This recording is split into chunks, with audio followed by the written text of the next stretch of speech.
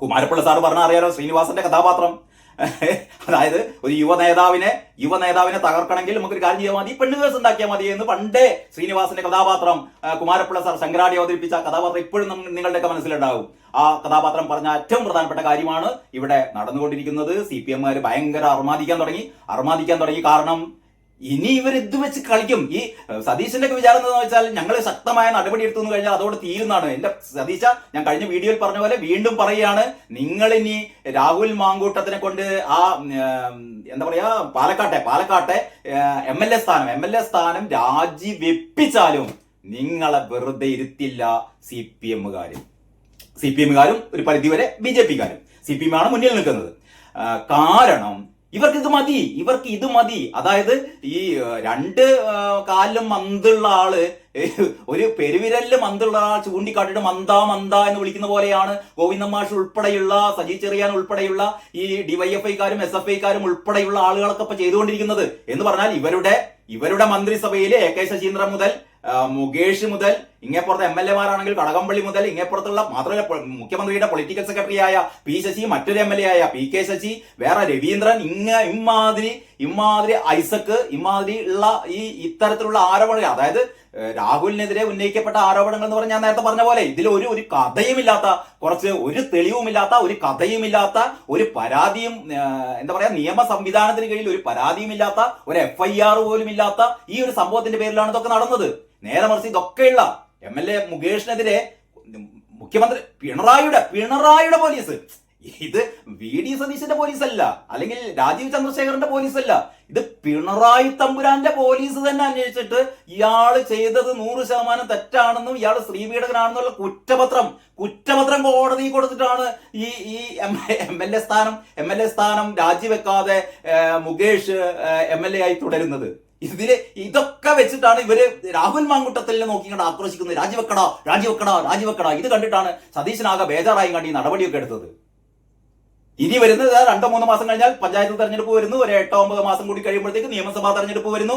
ഇവിടെ CPM-കാര് കോൺഗ്രസുകാർക്കെതിരെ നിരന്തരം ഇനി ആരോപിക്കാൻ പോകുന്നത്, നിങ്ങൾ എന്തൊക്കെ ചെയ്താലും നിങ്ങൾ മുഴുവൻ പെണ്ണുപിടിയന്മാരാണ്, നിങ്ങൾ മുഴുവൻ സ്ത്രീ പീഡകരാണ്, നിങ്ങൾ ലൈംഗിക അക്രമികളാണ് എന്നിവർ പറഞ്ഞുകൊണ്ടേയിരിക്കും. ഇതാണ് അടുത്ത തെരഞ്ഞെടുപ്പിലെ ഏറ്റവും പ്രധാനപ്പെട്ട ആയുധം എന്ന് പറഞ്ഞാൽ, അടുത്ത തെരഞ്ഞെടുപ്പിൽ പഞ്ചായത്ത് തെരഞ്ഞെടുപ്പാവട്ടെ, നിയമസഭാ തെരഞ്ഞെടുപ്പാവട്ടെ, കോൺഗ്രസ് തകർന്നടിയാൻ പോവുകയാണ്. ഒരു രക്ഷയുമില്ല.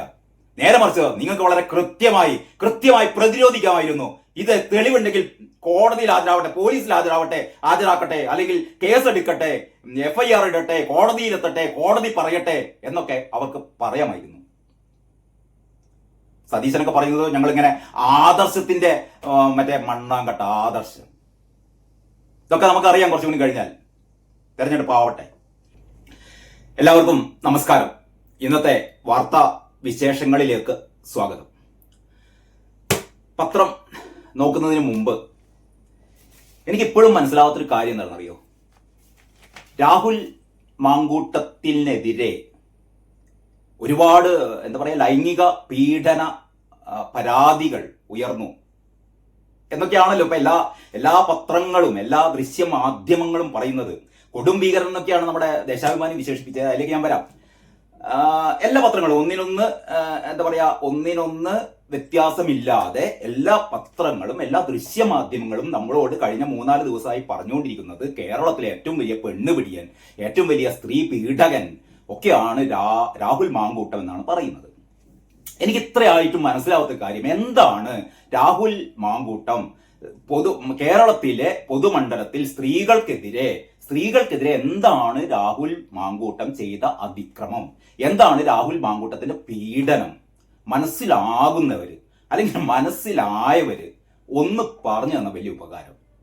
ഒന്ന്, ഈ റിനി ആൻ ജോർജ് അല്ലെ, റിനി ആൻ ജോർജ് എന്ന് പറയുന്ന ഒരു സിനിമ നടിയാണ് ആദ്യമായി ഇങ്ങനെ ഒരു കാര്യം പൊതുമണ്ഡലത്തിലേക്ക് കടത്തിവിടുന്നത്. മനഃപൂർവ്വം ചെയ്തതായിരുന്നില്ല എന്നാണ് എനിക്ക് തോന്നുന്നത്. കാരണം കൗമുദി ചാനലിന്റെ ഒരു സെലിബ്രിറ്റികളുമായുള്ള ഈ റിനി ആൻ ജോർജ് സെലിബ്രിറ്റി ആണോ എന്നൊന്ന് ചോദിക്കരുത്. ഈ വളർന്നു വരുന്ന അല്ലെങ്കിൽ പുതുമുഖ നടിമാരെ ഏതെങ്കിലും ഒരു സിനിമയിലൊക്കെ ചെറുതായിട്ട് ഏതെങ്കിലും ഒരു ചെറിയ വേഷത്തിലൊക്കെ അഭിനയിച്ച നടിമാരെ നമ്മുടെ ദൃശ്യമാധ്യമങ്ങളൊക്കെ ഇന്റർവ്യൂ ചെയ്യാറുണ്ട്. അവരോട് എന്താ പറയാ കുറെ അലമ്പ് ചോദ്യങ്ങളൊക്കെ ചോദിക്കാറുണ്ട്. അങ്ങനെ പോട്ടെ, അതൊക്കെ നടന്നോട്ടെ. അങ്ങനെ ഒരു ഇന്റർവ്യൂവിനിടയിലാണ് ഈ പെൺകുട്ടി റിനി ആൻ ജോർജ് പറയുന്നത്, ഈ എന്താ പറയാ, ഇത്തരത്തിലുള്ള അശ്ലീല ഫോണിലേക്കൊക്കെ വരുന്ന ഈ അശ്ലീല സംഭാഷണങ്ങളിൽ ആരും അത്ര മോശക്കാരൊന്നുമില്ല, രാഷ്ട്രീയക്കാരും അതിലൊക്കെ ഉൾപ്പെടും എന്ന് പറഞ്ഞപ്പോഴാണ് കുത്തി ചോദിക്കുന്നത്, ഏതാണ് അങ്ങനെ രാഷ്ട്രീയക്കാരുണ്ടോ? കേരളത്തിലെ ഒരു യുവ രാഷ്ട്രീയ നേതാവ് എന്റെ ഫോണിലേക്ക് ഇങ്ങനെ ചില അശ്ലീല സംഭാഷണങ്ങളൊക്കെ അയക്കാറുണ്ട് എന്നാണ് പറഞ്ഞത്. ഇത് ഇന്നും ഇന്നലെയും കാര്യമല്ല. ഇത് 2020 കാലഘട്ടത്തിൽ, അതായത് ഒരു 5 വർഷം മുമ്പ്, ഒന്ന് ആലോചിച്ച് നോക്കണം നിങ്ങൾ, 5 വർഷം മുമ്പ് തന്റെ ഫോണിലേക്ക് ഇവിടുത്തെ ഒരു യുവ രാഷ്ട്രീയ നേതാവ് എന്ത് ചെയ്തിരുന്നു? അശ്ലീല സംഭാഷണം അയച്ചിരുന്നു എന്നാണ് ഈ പെൺകുട്ടി പറയുന്നത്. യുവ നേതാവ് ആരാണെന്ന് പറഞ്ഞിട്ടില്ല, പക്ഷെ ചില സൂചനകളൊക്കെ നൽകി. ഇത് പെട്ടെന്ന് ഏറ്റുപിടിച്ചത് ആരാണ് എന്ന് വെച്ചാൽ നമ്മുടെ കുറെ മാധ്യമങ്ങൾ, പ്രത്യേകിച്ച് റിപ്പോർട്ടർ ചാനൽ പോലുള്ള ചാനലുകൾ, അങ്ങനെ റിപ്പോർട്ടർ മാത്രം കുറ്റം പറയണ്ട, മിക്കവാറും എല്ലാ ചാനലുകളും ഏറ്റുപിടിച്ചു, രാഷ്ട്രീയ പാർട്ടികൾ ഏറ്റുപിടിച്ചു. കാരണം CPM ഇങ്ങനെ കാത്തിരിക്കുകയായിരുന്നല്ലോ ഇനി ഇതിന്റെ പിന്നിൽ ആരാണ് ഈ റിനി ആൻ ജോർജിനെ കൊണ്ട് ഇങ്ങനെ പറയിപ്പിച്ചത്. എനിക്ക് തോന്നുന്നു ആദ്യത്തെ ഈ സംഭാഷണത്തിലെ ആദ്യത്തെ ഇന്റർവ്യൂവിൽ, കൗമുദി ചാനലിൽ നടത്തിയ ഇന്റർവ്യൂവിൽ അങ്ങനെ ഒരു മനഃപൂർവ്വം പറഞ്ഞതായിരുന്നില്ല, അതിങ്ങനെ ഒരു കാഷ്വലായിട്ട് പറഞ്ഞൊരു കാര്യമായിരിക്കാം. പിന്നീട് ഇത് കൂടുതൽ മറ്റ് മാധ്യമങ്ങളൊക്കെ ഈ പെൺകുട്ടിയെ വീണ്ടും സോഷ്യൽ മീഡിയ ഒക്കെ ഇന്റർവ്യൂ ചെയ്ത് ഇവരെ വായിലേക്ക് കോലിട്ട് ഇളക്കുകയാണ്. ആരാണ് അവസാനം റിപ്പോർട്ട് ചാനൽ അരുൺകുമാറാണ്, ഡോക്ടർ അരുൺകുമാർ എന്ന് പറയപ്പെടുന്ന ഒരു ലോകവിഡ്ഢി.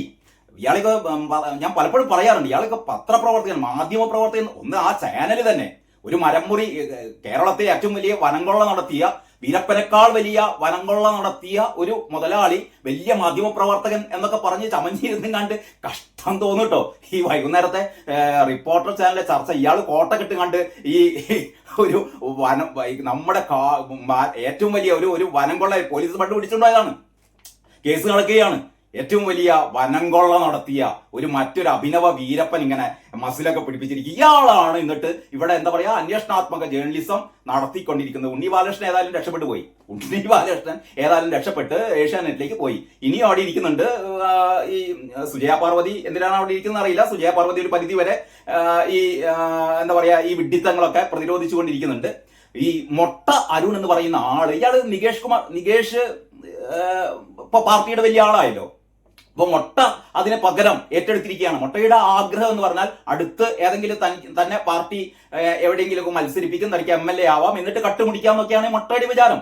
കാരണം മൊട്ട ആവശ്യമില്ലാതെ ഈ CPM ഇങ്ങനെ പിന്താങ്ങിക്കൊണ്ടിരിക്കുകയാണ്. അത് അയാളുടെ സ്വാതന്ത്ര്യം, അയാൾ പിന്താങ്ങട്ടെ. പക്ഷെ ഈ ജേർണലിസ്റ്റിന്റെ കുപ്പായിട്ടിട്ട് ഇയാൾ നടത്തുന്ന നമുക്ക് ഓർമ്മയുണ്ടല്ലോ, ഈ കഴിഞ്ഞ കലോത്സവ കാലത്ത്, കഴിഞ്ഞല്ല അതിന് തൊട്ട് മുമ്പത്തെ സംസ്ഥാന സ്കൂൾ കലോത്സവം എന്ന് പറഞ്ഞാൽ ഏറ്റവും ഭംഗിയായി വർഷങ്ങളായി നടന്നുകൊണ്ട് വരുന്ന, പ്രത്യേകിച്ച് എനിക്ക് അത്ഭുതപ്പെടുത്തി എന്താ പറയും, വർഷങ്ങളായി ഞാൻ കലോത്സവത്തിൽ, ഈ സംസ്ഥാന കലോത്സവത്തിലൊക്കെ പങ്കെടുക്കുന്ന, അല്ലെങ്കിൽ ഇത് കവർ ചെയ്യുന്ന ഒരു മാധ്യമ പ്രവർത്തകൻ എന്ന രീതിയിൽ അവിടുത്തെ ഏറ്റവും പ്രധാനപ്പെട്ട ഒരു കാര്യം എന്ന് പറഞ്ഞാൽ എന്നെ ആകർഷിച്ചൊരു സംഭവം ഉണ്ടല്ലോ, അവിടുത്തെ ഈ ഭക്ഷണ വിതരണമാണ്.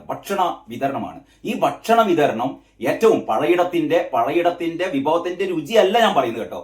ഈ ഇത്രയും കുട്ടികൾക്ക് ലക്ഷക്കണക്കിന് കുട്ടികൾക്ക് ഭക്ഷണം ഒരു പരാതിയുമില്ലാതെ, ഒരു ചെറിയ അസ്വസ്ഥത പോലും ഇല്ലാതെ, ഒരു ഭക്ഷണ കാര്യത്തിൽ ഒരു പ്രശ്നവും ഇല്ലാത്ത രീതിയിൽ, വളരെ നല്ല രീതിയിൽ, അത് ചില്ലറക്കാരിയല്ല, നമുക്ക് അറിയാം, സംഘാടകർക്ക് അറിയാം. അതുകൊണ്ടാണ് എല്ലാ വർഷവും പഴയിടത്തിനെ തന്നെ ഇവർ ഈ സദ്യവട്ടങ്ങൾ ഏൽപ്പിച്ചു കൊടുക്കുന്നത്.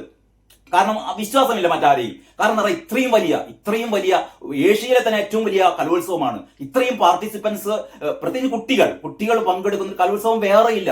അവിടെ ഇവർക്ക് 4 നേരം ഭക്ഷണം കൊടുക്കുക എന്ന് പറയുന്നതിന്റെ ഒരു ബുദ്ധിമുട്ടെടുത്താണ്. ഇയാള് ഈ പാഴയിടം വളരെ വിദഗ്ധമായി ഭക്ഷണം കൊടുത്തു കഴിഞ്ഞപ്പോ ഈ മൊട്ട അരുൺ കണ്ടെത്തി എന്താ പറയുക, ഇത് ബ്രാഹ്മണിക്കൽ ഹെജിമണി, ഈ പഴയുടെ ഉണ്ടാക്കി കൊടുക്കുന്നതൊക്കെ എന്താണ് ബ്രാഹ്മണിക്കൽ ഹെജിമണിയാണ്. ഇവിടെ ഇതൊന്നല്ല കൊടുക്കേണ്ടത്, ഇവിടെ ചിക്കൻ കൊടുക്കണം, മട്ടൻ കൊടുക്കണം, ബീഫ് കൊടുക്കണം, ഇത് ഇവിടെ ബ്രാഹ്മണിക്കൽ ഹെജിമണി വളർത്തുകയാണെന്നൊക്കെ പറഞ്ഞിട്ട് ഇയാൾ ആകെ അലമ്പുണ്ടാക്കി. ശിവൻകുട്ടി പെട്ടെന്ന് ഞെട്ടി. ശിവൻകുട്ടി പറഞ്ഞു, അടുത്തത് തന്നെ ഞങ്ങൾ ബിരിയാണി കൊടുക്കും, ഞങ്ങൾ കോഴി ബിരിയാണി കൊടുക്കും, ആട് ബിരിയാണി കൊടുക്കും എന്നൊക്കെ മൂപ്പര് പറഞ്ഞു. അതൊന്നും നടക്കാൻ പോകുന്നില്ല എന്ന കാര്യം നമുക്ക് അപ്പം തന്നെ അറിയായിരുന്നു. പിന്നീട് ഞാൻ അതിലേക്കല്ല കിടക്കുന്നത്. ഈ അരുൺകുമാർ എന്ന് പറയുന്ന ആള് ഈ ആവശ്യമില്ലാതെ കേരളീയ പൊതുമണ്ഡലത്തിൽ വർഗീയ വിഷം വമിപ്പിക്കുന്ന ഏറ്റവും നികൃഷ്ടനായ പത്രപ്രവർത്തകൻ എന്നൊക്കെ വിളിക്കാവുന്ന, അധമനായ പത്രപ്രവർത്തകൻ എന്ന് വിളിക്കാവുന്ന ഒരാളാണ് ഈ അരുൺകുമാർ കേട്ടോ. ഈ അരുൺകുമാറാണ് ഈ പെൺകുട്ടിയുടെ വായിൽ കോലിട്ട് കുത്തിയാണ് ചോദിക്കുന്നത്. അത് ഇയാളല്ലേ, ആരല്ലേ, നമ്മുടെ രാഹുൽ മാങ്കൂട്ടമല്ലേ? അതായത് നിങ്ങൾ പറഞ്ഞുകൊണ്ടിരിക്കുന്ന, നിങ്ങൾ പറയുന്ന ആ ചെറുപ്പക്കാരൻ രാഹുൽ മാങ്കൂട്ടമല്ലേ എന്നൊക്കെ അങ്ങോട്ട് ചോദിക്കുകയാണ് കേട്ടോ. അങ്ങനെ ഈ റിനിയുടെ ആരാണ് പ്രതി, അല്ലെങ്കിൽ ആരാണ് ആ മനുഷ്യൻ തന്റെ ഫോണിലേക്ക്, മറ്റൊന്ന് പറഞ്ഞാൽ ഈ റിനി ആൻഡ് ജോർജിന് ഒരു തെളിവില്ല ഹാജരാക്കാൻ. ഇയാള് ഈ റിനി ഈ രാഹുൽ മാങ്കൂട്ടത്തിന്റെ അടുത്ത സുഹൃത്താണെന്ന് പറയുന്നു, സുഹൃത്തായിരുന്നു. ഞാൻ ചോദിക്കട്ടെ, ഇവിടെ സ്ത്രീകൾക്കും പുരുഷന്മാർക്കും ഒക്കെ പരസ്പര സൗഹൃദ ബന്ധങ്ങൾ ഉണ്ടാകാറുണ്ട്. ഈ സൗഹൃദ ബന്ധങ്ങള് ഇടയിൽ അവര് ചാറ്റ് ചെയ്യാറുണ്ട്, അവര് ഒരുമിച്ച് യാത്ര ചെയ്യാറുണ്ട്, അവര് സംഭാഷണങ്ങൾ നടത്താറുണ്ട്.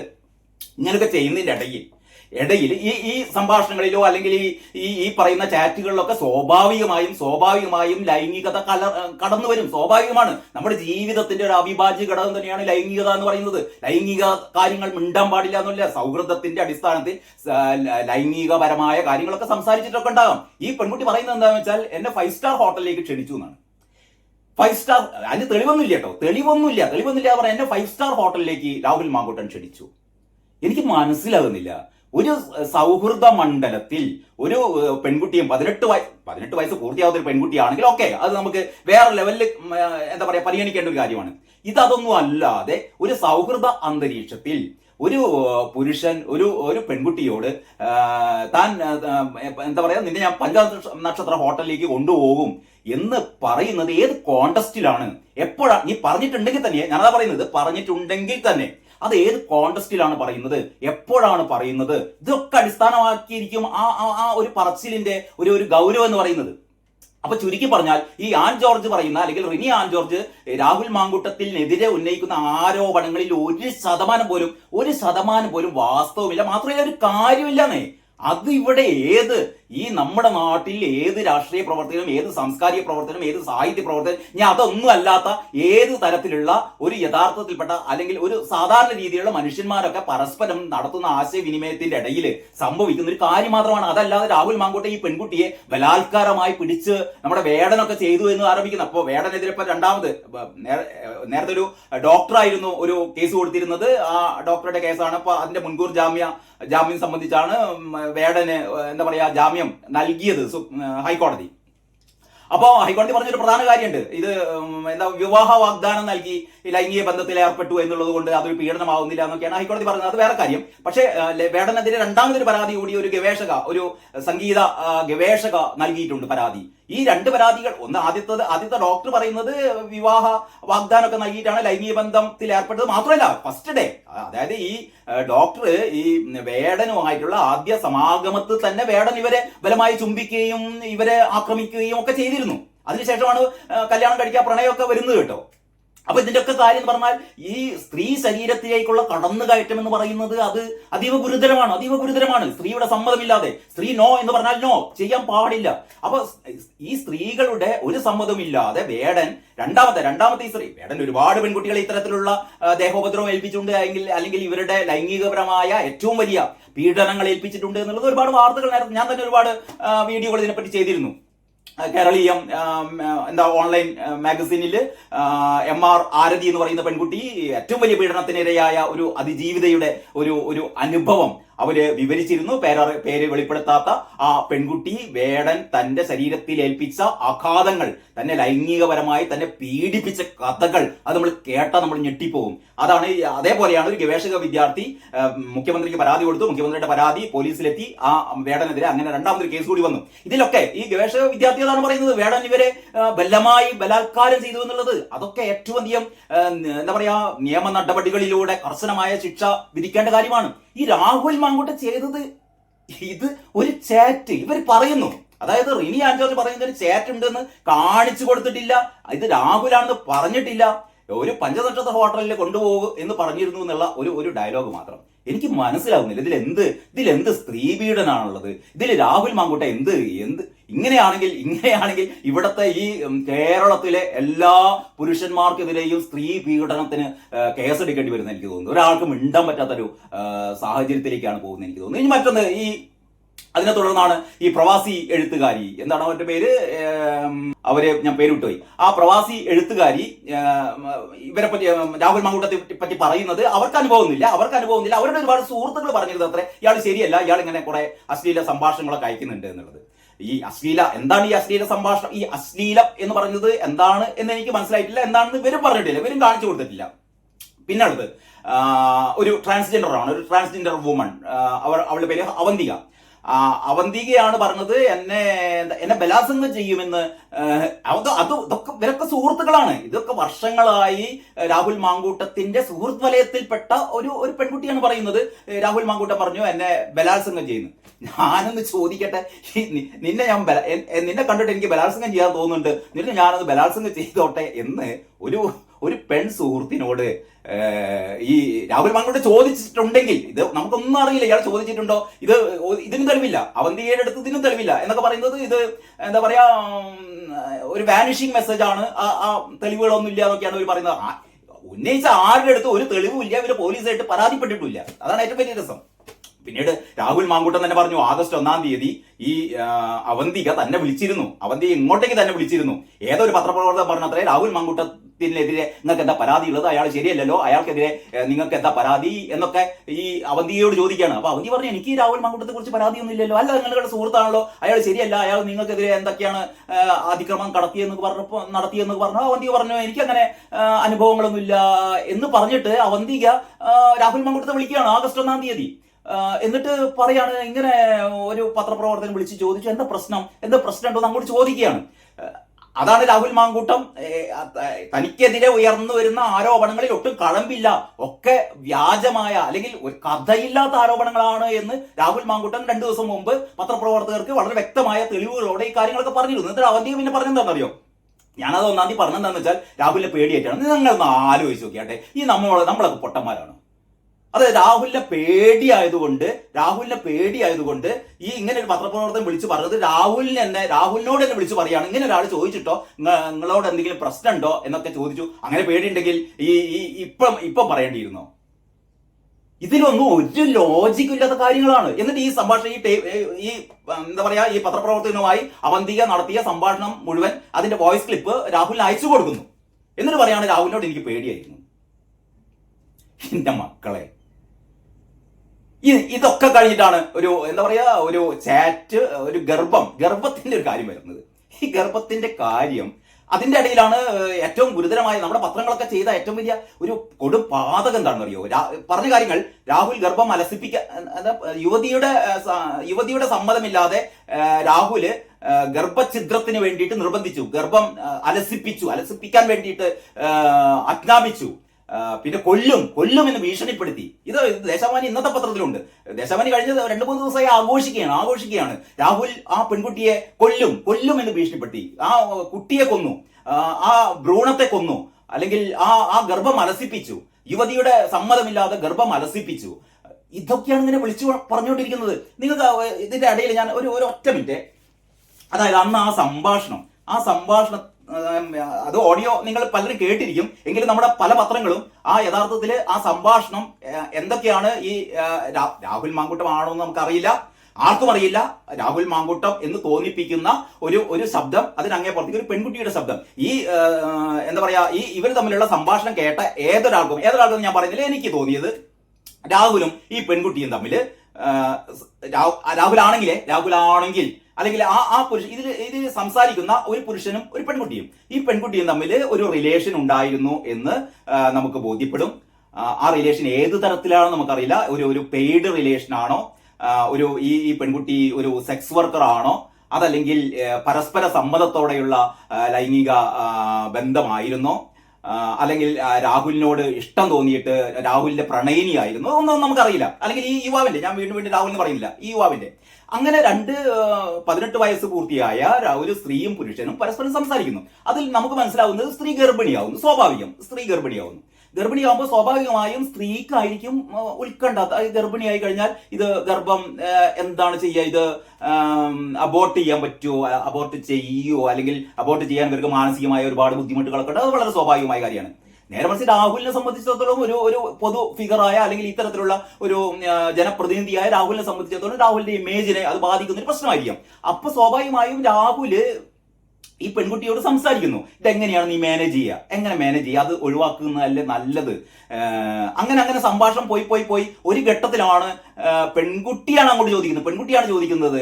ഞാൻ ആ സംഭാഷണം വായിക്കും, അപ്പോഴേ നിങ്ങൾക്ക് മനസ്സിലാവുള്ളൂ. അല്ല രാഹുൽ ഈ പെൺകുട്ടിയോട് നിന്നെ ഞാൻ കൊല്ലും, നിന്നെ ഞാൻ കൊന്ന് കെട്ടിത്തൂക്കുന്നു ഒന്നും പറഞ്ഞിട്ടില്ല. ആ സംഭാഷണം വളരെ കൃത്യമായി ഞാനിപ്പോ വായിക്കുന്നത് എന്താ പറയാ കേരള കൗമുദി കൊടുത്തിട്ടുണ്ട്, മനോരമ കൊടുത്തിട്ടുണ്ട്. മനോരമയുടെ പ്രസക്ത ഭാഗം എന്ന് പറഞ്ഞിട്ട് കുറെ ഭാഗങ്ങളാണ് കൊടുത്തത് എന്ന് പറയുന്നത് ഇന്നലെ മലയാള പത്രത്തിൽ കേട്ടോ. ദേശാഭിമാനി ഫുൾ ടെക്സ്റ്റ് കൊടുത്തിട്ടുണ്ട്, ദേശാഭിമാനിയിലുണ്ട്. ഈ ദേശാഭിമാനി ഞാൻ വായിക്കുന്നത് ദേശാഭിമാനി മലപ്പുറം അതിന്റെ അകത്ത് വല്ല കുത്തിത്തിരിപ്പ് നടത്തിയെന്ന് എനിക്കറിയില്ല. അതുകൊണ്ടാണ് കേരള കൗമുദി എനിക്ക് വിശ്വസിക്കാം എന്ന് എനിക്ക് ബോധ്യമുള്ള, ഞാൻ പണ്ട് ജോലി ചെയ്ത കേരള കൗമുദി എന്ന പത്രത്തിൽ അതിനെ സംബന്ധിച്ചുള്ള വാർത്ത, അതിനെ സംബന്ധിച്ചുള്ള ഇവരുടെ സംഭാഷണം ഇങ്ങനെയാണ്. ആ സംഭാഷണത്തിന്റെ പ്രസക്തമാകുന്നില്ല, ആ സംഭാഷണത്തിന്റെ പൂർണ്ണരൂപം. സംഭാഷണം ഇങ്ങനെയാണ്. യുവതി പറയുന്നു, എന്റെ പെർമിഷൻ ഇല്ലാതെ അത് ഇല്ലാതാക്കണമെന്ന് പറയുന്നത് എന്തർത്ഥത്തിലാണ്? രാഹുൽ പറയാണ്, ഇതിന്റെ പ്രത്യാഘാതത്തെ കുറിച്ച് ബോധമില്ലാത്തത് കൊണ്ടാണ് ഇങ്ങനെ പറയുന്നത്. അപ്പൊ യുവതി, പ്രത്യാഘാതം ഞാൻ ഒറ്റയ്ക്ക് അഭിമുഖീകരിക്കുമെന്ന് പറഞ്ഞല്ലോ. അപ്പൊ യുവതി നേരത്തെ പറയുന്നുണ്ട്, ഇതിന്റെ പ്രത്യാഘാതത്തെ ഞാൻ ഒറ്റയ്ക്ക് അനുഭവിച്ചോളാം. അല്ലാതെ ഈ പെൺകുട്ടി രാഹുലിനെ കുറ്റപ്പെടുത്തുക, ഈ ഗർഭങ്ങളെ ഏറ്റെടുക്കണം എന്നൊന്നും പറയുക, അല്ലെങ്കിൽ ഇത് ചെലവ് തരണം എന്നൊന്നും ഒന്നുമല്ല. ഇത് ഞാൻ ഏറ്റെടുത്തോളാം, അല്ലെങ്കിൽ ഞാൻ ചെയ്തോളാം. യഥാർത്ഥത്തിൽ പെൺകുട്ടിക്ക് ഗർഭം ഉണ്ടോ എന്ന് നമുക്കറിയില്ല കേട്ടോ. ഇത് ഒരുപക്ഷെ രാഹുലിനെ ട്രാപ്പ് ചെയ്യാൻ വേണ്ടിയിട്ടോ അങ്ങനെ നടത്തിയ സംഭാഷണം ആണോ എന്ന് നമുക്കറിയാം. ഇതിന് നമുക്ക് ഒരു വ്യക്തതയും ഇല്ല ഇത് സംബന്ധിച്ച്. അങ്ങനെ ഈ സംഭാഷണം പോയി അവസാനം ഈ കൊലപാതകം ആ രീതിയിൽ എന്താ പറയുന്നത് അറിയോ? അതായത് ഈ യുവതി പറയാണ്, അത് ഞാൻ നോക്കിക്കൊള്ളാം, എനിക്ക് നല്ല അന്തസ്സായി വളർത്താൻ പറ്റും, തന്റെ ഒരു സഹായവും ആവശ്യമില്ല. പെൺകുട്ടി പറയാണ്, അതായത് രാഹുൽ പറയുന്ന എന്താ പറയാ, എബോർട്ട് ചെയ്യുന്നതല്ലേ നല്ലത് എന്നൊക്കെ, അല്ല നീ നാളെ തന്നെ എബോർട്ട് ചെയ്യണം, അല്ലെ ഞാൻ പോയി കലക്കിക്കാളും എന്നൊന്നല്ല പറയുന്നത്. വളരെ നല്ല രീതിയിൽ പറയുമ്പോ ഈ പെൺകുട്ടി പറയാന്ന്, നിന്റെ സഹായമൊന്നും വേണ്ട, ഞാൻ നോക്കിക്കോളാം, എനിക്ക് നല്ല അന്തസ്സായി വളർത്താൻ പറ്റും, തന്റെ ഒരു സഹായവും ആവശ്യമില്ല. അപ്പൊ രാഹുൽ പറയാണ്, എന്താ എനിക്ക് തന്നെ ഒന്ന് കാണണം, എനിക്ക് തലയൊക്കെ പൊട്ടിപ്പൊളിയുകയാണ് സീരിയസ്ലി എന്നാണ് രാഹുൽ പറയുന്നത്. അപ്പൊ യുവതി, സ്നേഹം കൊണ്ടല്ല താൻ കാണാൻ വരുന്നതെന്ന് എനിക്കറിയാം, താൻ എന്നെ കാണാൻ വരുന്നത് സ്നേഹം കൊണ്ടൊന്നല്ല. ഇപ്പൊ ഞാൻ ഗർഭിണിയാണെന്ന് പറഞ്ഞപ്പോ അതിന്റെ ഒരു ഉത്കണ്ഠ കൊണ്ടോ അല്ലെങ്കിൽ അതിന്റെ ഒരു പേടി കൊണ്ടൊക്കെയാണ് താൻ എന്നെ കാണാൻ വരുന്നത്, സ്നേഹം കൊണ്ടൊന്നല്ല എനിക്കറിയാം. എനിക്ക് എന്തെങ്കിലും കലക്കി തന്ന് കൊല്ലാനാണോ? എന്നിട്ട് പെൺകുട്ടി ചോദിക്കുകയാണ്, എനിക്ക് എന്തെങ്കിലും കലക്കി തന്ന് കൊല്ലാനാണോ നീ വരുന്നത്?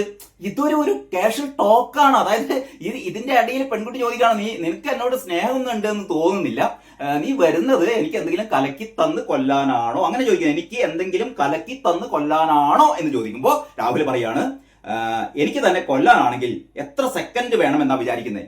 എനിക്ക് നിന്നെ കൊല്ലണമെങ്കിൽ എത്ര സെക്കൻഡ് വേണമെന്ന്. ഇത് സ്വാഭാവികമായ ഒരു പെൺകുട്ടി ഇങ്ങനെ ചോദിക്കുമ്പോൾ മറുപക്ഷത്തുള്ള ഒരാൾ ഈ രീതിയിൽ സ്വാഭാവികമായും പറയും എന്ന് വിചാരിച്ചിട്ട് അത് നിന്നെ കൊല്ലാൻ വേണ്ടി പോകാണെന്നാണോ ഇതിന്റെ അർത്ഥം? ഇത് നമ്മളൊക്കെ പൊട്ടന്മാരാണ്. ഇത് കേൾക്കുന്ന നമ്മളൊക്കെ ഇപ്പോഴും ദേശാഭിമാനി പറഞ്ഞുകൊണ്ടിരിക്കുന്നു. ഇതിലേക്ക് വരാം, ദേശാഭിമാനി ഞാൻ കാണിക്കാം. എന്നിട്ട് രാഹുൽ പറയാണ്, എനിക്ക് തന്നെ കൊല്ലാനാണെങ്കിൽ എത്ര സെക്കൻഡ് വേണമെന്നാ വിചാരിക്കുന്നേ? അപ്പൊ യുവതി, എങ്കിൽ കൊന്നേരെ. അപ്പൊ യുവതി പറയാം, എങ്കിൽ